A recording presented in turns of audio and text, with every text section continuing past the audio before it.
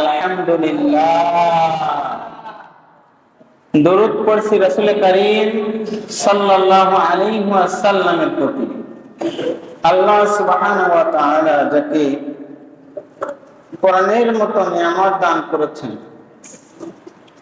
যাকে আল্লাহ সুবহানাহু ওয়া তাআলা এই উম্মতের জন্য বাছাই করেছেন, যাকে আল্লাহ সুবহানাহু ওয়া তাআলা কিয়ামতের ময়দানে শাফাআতের সুযোগ দিবেন, যে মহান আল্লাহ সুবহানাহু ওয়া তাআলা আমাদেরকে অত্যন্ত দয়া করেছেন।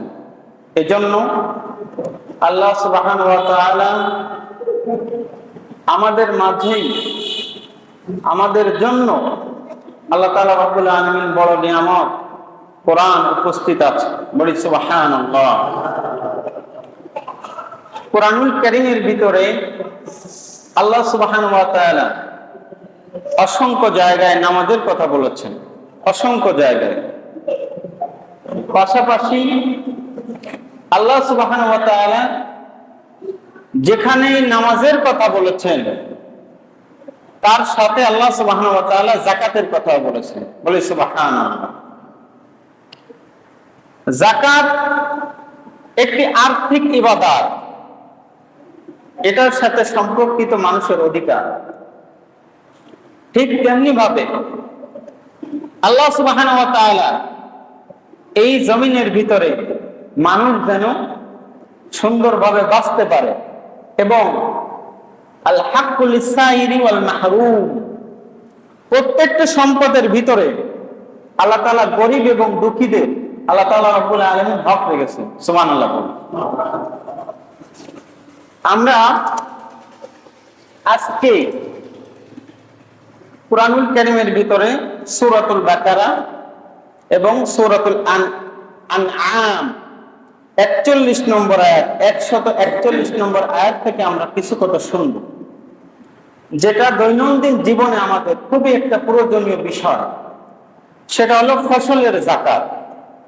আমরা জানি যে আমাদের সমাজের ভিতরে যাদের সম্পদ আছে, সোনা এবং রূপা এবং নগদ অর্থ, এটা যাদের আছে তাদের উপরে এক বছর যদি সম্পদ স্থায়ী হয়, তাহলে তাদেরকে যাকাত দিতে হবে 2.5% হারে।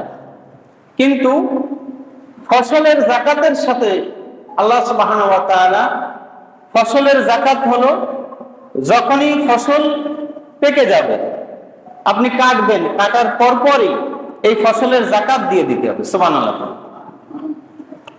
ফসলের যাকাত আপনি কেন দিবেন? কারণ আল্লাহ সুবহানাহু ওয়া তাআলা কুরআনুল কারীমের ভিতরে ফসলের যাকাত দিতে বলেছেন।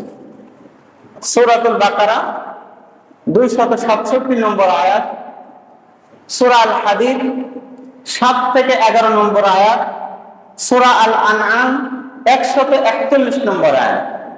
এছাড়াও বিভিন্ন আয়াতের ভিতরে আল্লাহ সুবহানাহু ওয়া তাআলা ফসলের যাকাতের কথা উল্লেখ করেছেন, যেটাকে আমরা উশর বলে থাকি, আশারা, 1/10, অর্থাৎ 10 ভাগে 1 ভাগ।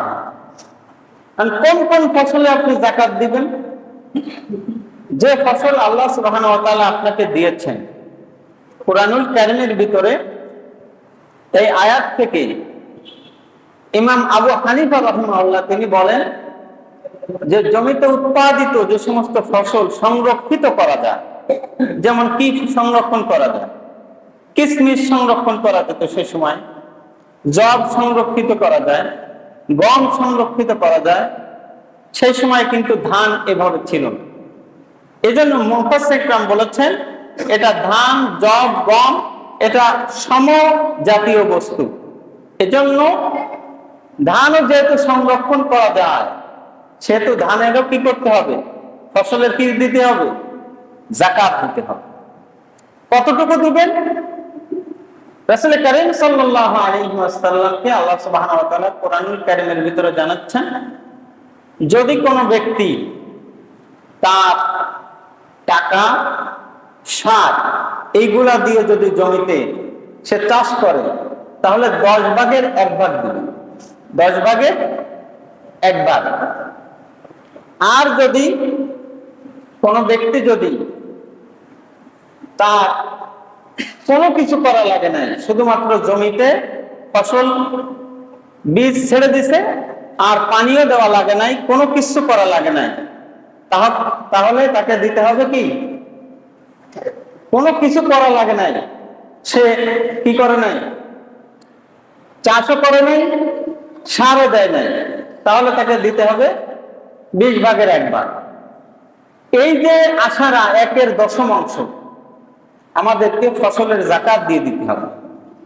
ইমাম শাফি রাহিমাহুল্লাহ বলেন যে আল্লাহ সুবহানাহু ওয়া তাআলা যেহেতু ফরজ করেছেন ফসলের যাকাত, এই ফসলের যাকাত তিনি বলেন কোন ব্যক্তির যদি 10 আটি শাক হয়, যেহেতু আল্লাহ 10-এর 1 বলেছেন,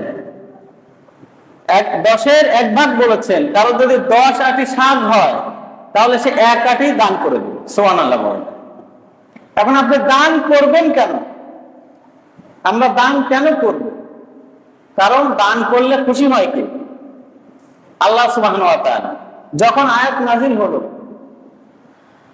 মান যাল্লাযী ইয়াকরিদুল্লাহু করদান হাসানা, এই আয়াত যখন নাযিল হয়ে গেল, আল্লাহ সুবহানাহু ওয়া তাআলা যখন এই আয়াত নাযিল করলেন, রাসূল কারীম সাল্লাল্লাহু আলাইহি ওয়াসাল্লামের সামনে একজন সাহাবী বসা, তার নাম হলো আবু তালহা রাদিয়াল্লাহু তাআলা।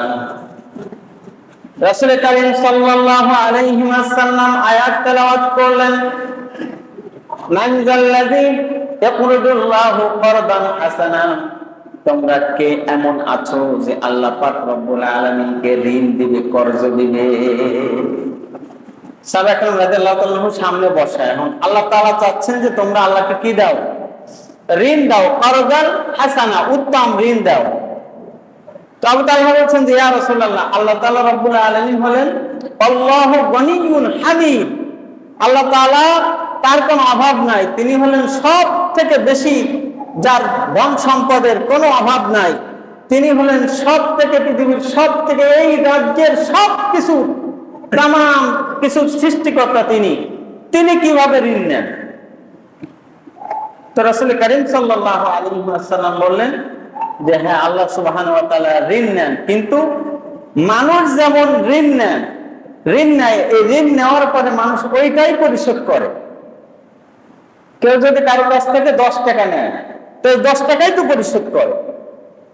কিন্তু আল্লাহ সুবহানাহু ওয়া তাআলা কারো কাছ থেকে যদি 1 টাকা নেন, তাহলে এই 1 টাকার বদৌলতে আল্লাহ সুবহানাহু ওয়া তাআলা তাকে 10 টাকা দেন। সুবহানাল্লাহ। মানুষের ঋণের মধ্যে এবং আল্লাহ সুবহানাহু ওয়া তাআলার ঋণের মধ্যে এটাই পার্থক্য, যে কোনো ব্যক্তি যদি একটা ভালো কাজ করে, আল্লাহ সুবহানাহু ওয়া তাআলা ওই ব্যক্তিকে 10টা পুরস্কার আল্লাহ তাআলা তাকে দান করে দেন। সুবহানাল্লাহ। এবং এটার জন্য সাহাবা কেরাম রাদিয়াল্লাহু তাআলা আনহু, তাদের মাঝে ইয়াকিনটা কেমন ছিল যে আমি যদি আল্লাহ সুবহানাহু ওয়া তাআলাকে 1 টাকা দান করি, তাহলে আমাকে কয় টাকা দিবেন? 10 টাকা দিবেন। এটার ইয়াকিনটা কেমন ছিল? হযরত আলী রাদিয়াল্লাহু তাআলা আনহু, তার কাছে একটাই নাশপাতি আছে খাওয়ার জন্য, একটা। তো তিনি যখন খাবেন সকালবেলা, তো এই খাওয়ার আগেই একজন ভিক্ষুক আসছে, আসার পরে বলছেন যে ভাই, আমার প্রচন্ড ক্ষুধা লেগেছে, আমি মুসাফির, আমি খাই নাই, আমাকে কোনো কিছু খাবার দেওয়া যায় কিনা? তখন উনি ওই একটা নাশপাতি যেটা তিনি খাবেন, এটা তিনি দিয়ে দিলেন।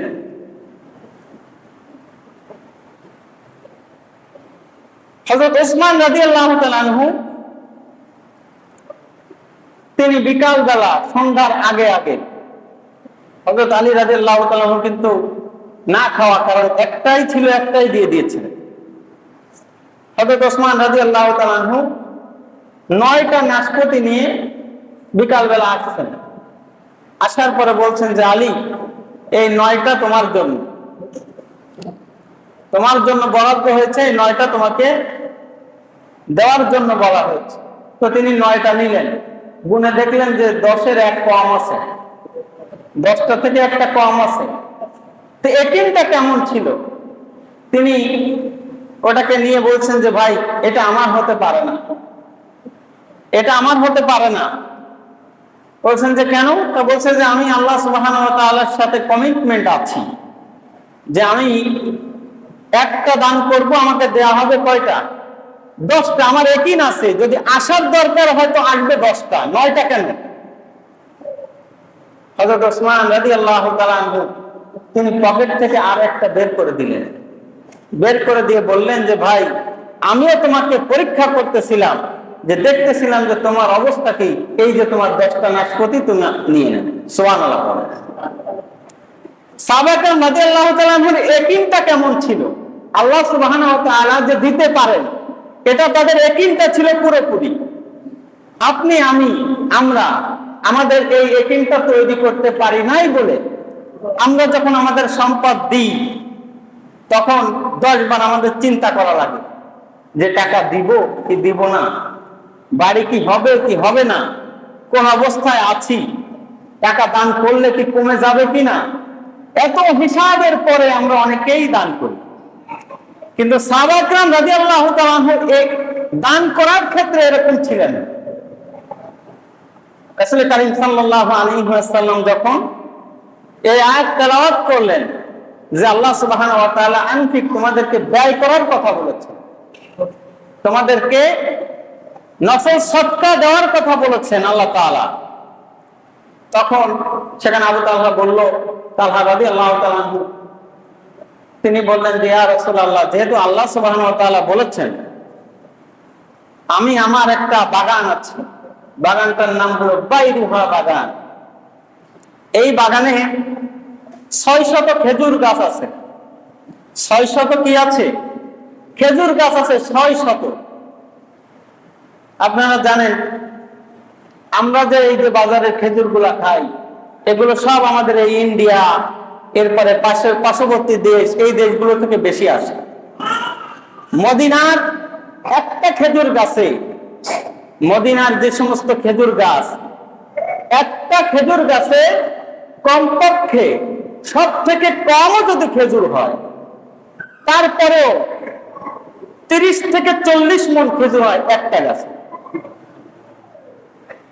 তাহলে একটা গাছে 30 থেকে 40 মণ খেজুর হয়, সব থেকে কমও যদি ধরি তাহলে 30 মণ। তাহলে একটা গাছে যদি 30 মণ খেজুর হয়, তাহলে এই 1 কেজি খেজুরের দাম, মদিনার খেজুরের দাম সর্বনিম্ন যদি 1000 টাকাও যদি আমরা ধরি, তাহলে একটা গাছে কতগুলো টাকার খেজুর একটা সিজনে বের হয়।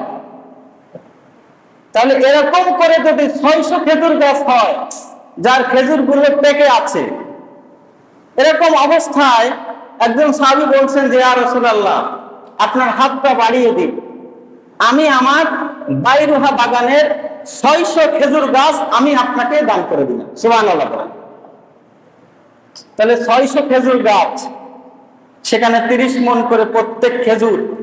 এবার আপনি বাড়ি যে এটাকে গুণ করেন এবং এটাকে টাকায় কনভার্ট করেন, যে একজন সাহাবী রাদিয়াল্লাহু তাআলা আনহু এক জায়গায় বসে কত কোটি টাকা একবারের জন্য দান করে দিলেন। সুবহানাল্লাহ। শুধু এতটুকুই নয়, তিনি বাড়ি চলে গেলেন। খেজুর বাগানের ভিতরে তার বাস ছিল, সেখানে তিনি পরিবার নিয়ে বাস করতেন। তিনি বাগানের ভিতর গিয়ে বললেন, স্ত্রী চলো বাড়ি যাই, এখান থেকে আমরা চলে যেতে হবে।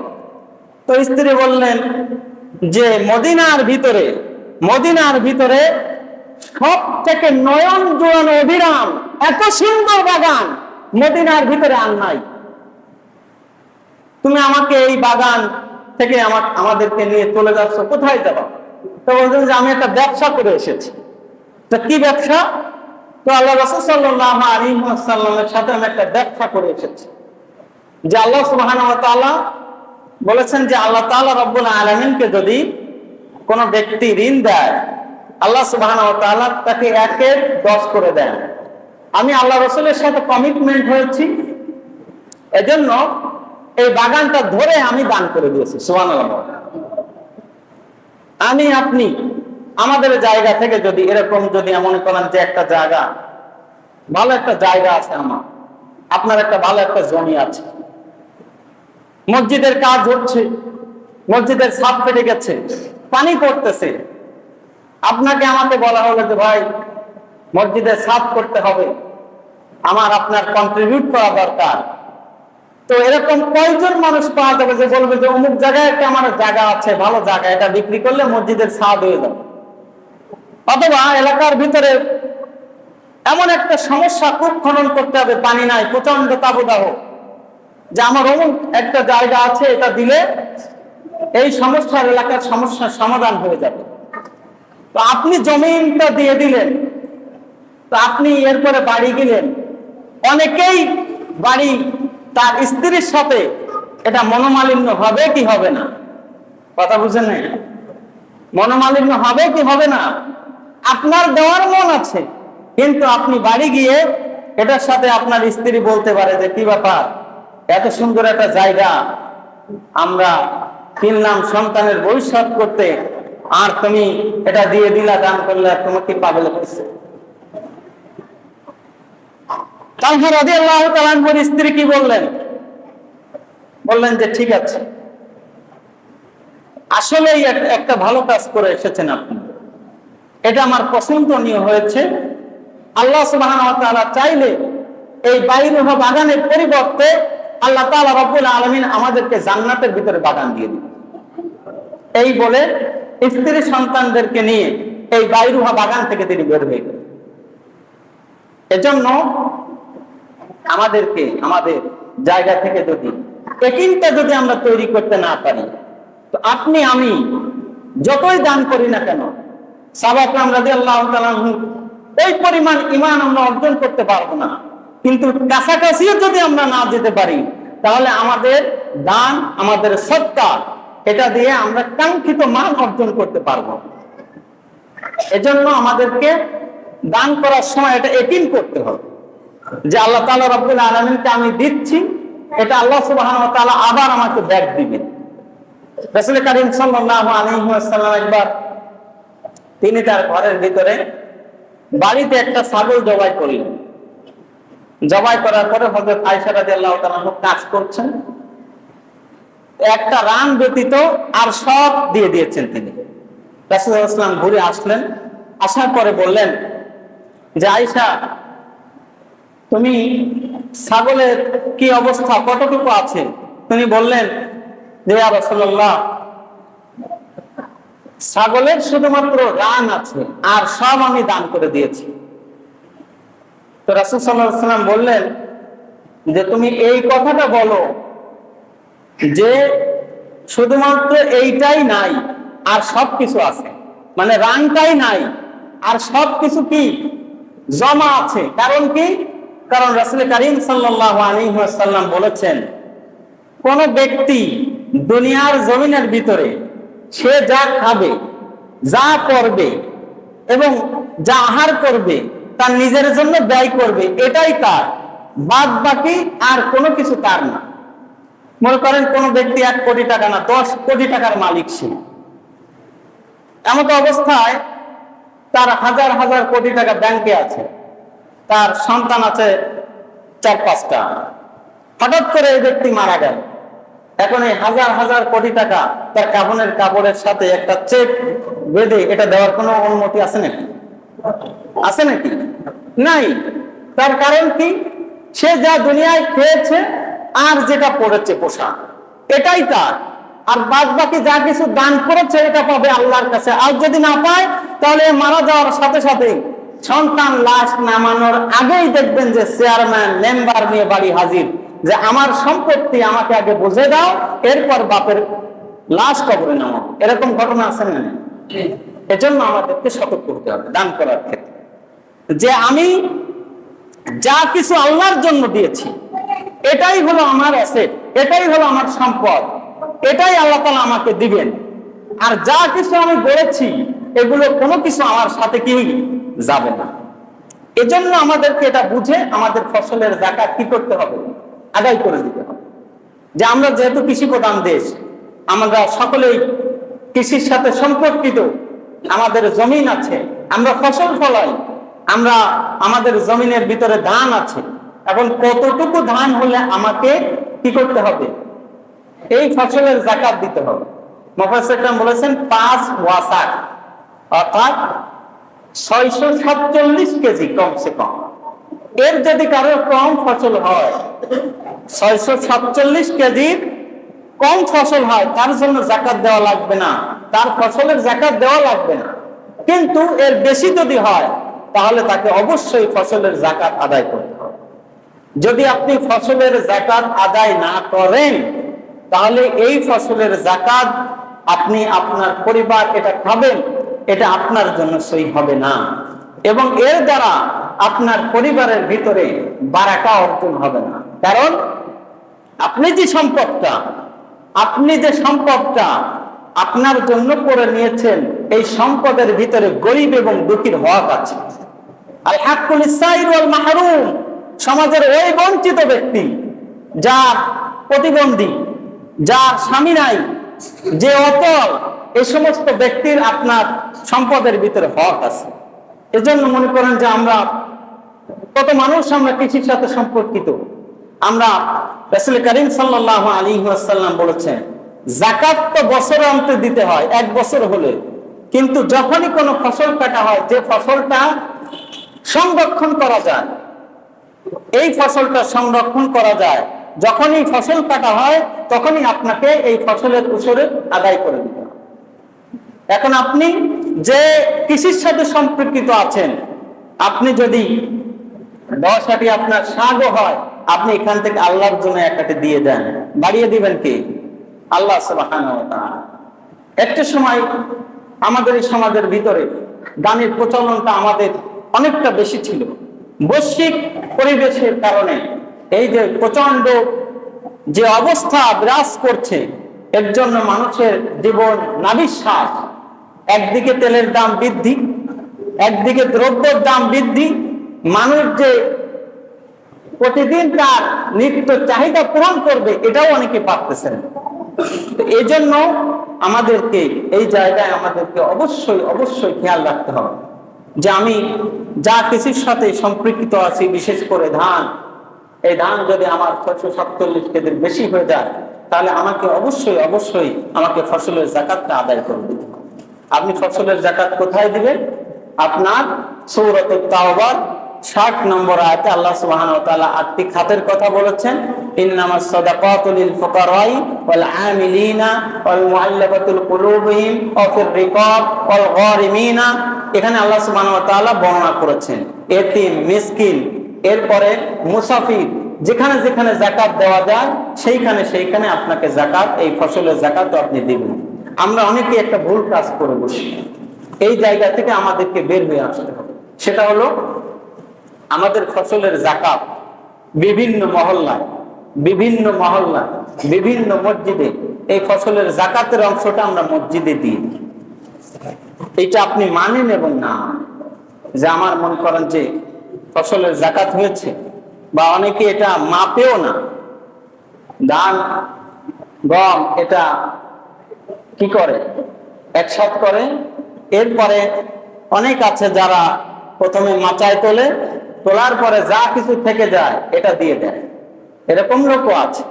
আবার অনেক লোক আছে যারা জমিনে থাকা অবস্থায়, অর্থাৎ তার ভূমিতে থাকা অবস্থায় ফসলের যাকাতটা দিয়ে দেয়। ইমাম আবু হানিফা রাহিমাহুল্লাহর সময়ে মানুষজন এতটা ফসলের যাকাতের ব্যাপারে এতটা গুরুত্ব দিত, তারা জমিনের উপরে ফসলটা কেটে ওই জায়গায় আগে ফসলটা উসুরের যাকাতটা তারা আদায় করে এরপর তারা পরিবারের জন্য নিয়ে আসে। আর আমাদের ক্ষেত্রে এটা উল্টে গেছে যে আমরা আগে পরিবারের জন্য সংরক্ষণ করি, তারপর যদি কিছু বেঁচে থাকে এটা আমরা অনেক সময় দিয়ে দিই। আবার অনেক ভালো লোক আছে যারা আগে এটা দিয়ে দেয়। এই জন্য রাসূল করিম সাল্লাল্লাহু আলাইহি ওয়াসাল্লাম এটা গুরুত্ব দিয়েছে। আমরা অনেক সময় এটা বুঝি না, এটা আমাদের ইবাদতের সাথে সম্পর্কিত, এটা আমাদের দিনের সাথে সম্পর্কিত। আমরা যাকাতের কথা বললে অনেক সময় অনেকেই সোনার উপর কথা বুঝি, কিন্তু ফসলের যাকাতটা এটা একটা মৃত প্রায়, একদম মারা গিয়েছে, এটা আমরা অনেক সময় বুঝি না যে এই সোনাটা মারা গিয়েছে, এই ফসলটা মারা গিয়েছে। এটাকে আমাদেরকে বোঝা দরকার যে আমি যা কিছু চাষ করি যাতে সংরক্ষণ করা যায়, এই ফসলের যাকাতটা আল্লাহ সুবহানাহু ওয়া তাআলা আমাদেরকে দেওয়ার তৌফিক দান করুক, বলুন আমিন। আল্লাহ তাআলা আমাদের ফসলে বরকত দান করুক এবং বিভিন্ন প্রকার বিভিন্ন প্রকার বালা মুসিবত থেকে যেন আল্লাহ সুবহানাহু ওয়া তাআলা আমাদের এই ফসলকে রক্ষা করে। কারণ একটা দেশের ফসল এটা ওই জাতির জন্য, ওই দেশের মানুষের জন্য এটা খুব একটা অ্যাসেট। এজন্য বিভিন্ন পোকা, কারেন্ট পোকা বলেন, মাইট পোকা বলেন, এই যে বিভিন্ন সময় এখন দেখবেন যে মধু দেখা যায় না, মধু দেখাই যায় না, চাক দেখা যায় না। কি জন্য? কারণ বিভিন্ন এই পোকা মাকড়ের আক্রমণ।